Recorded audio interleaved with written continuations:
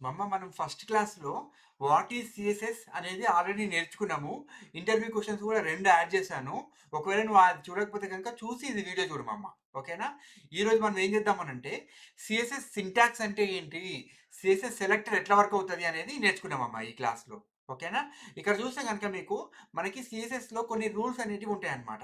ఎలా అంటే ఇప్పుడు మనకి సెలెక్టర్ ఇచ్చి ఆ curly bracket open and close పెట్టి మధ్యలో కీ అండ్ వాల్యూ పేరు లాగా ఇస్తాం మామ.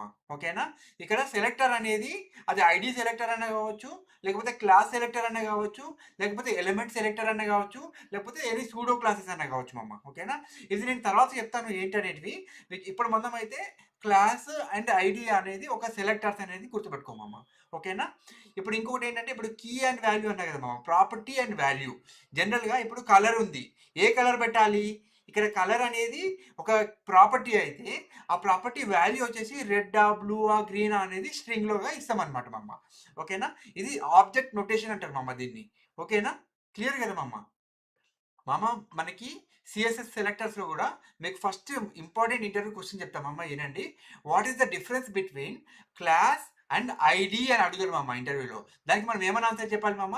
Class can be reused but ID can be unique for each element in a HTML అని చెప్పాలి మామ. ఓకేనా?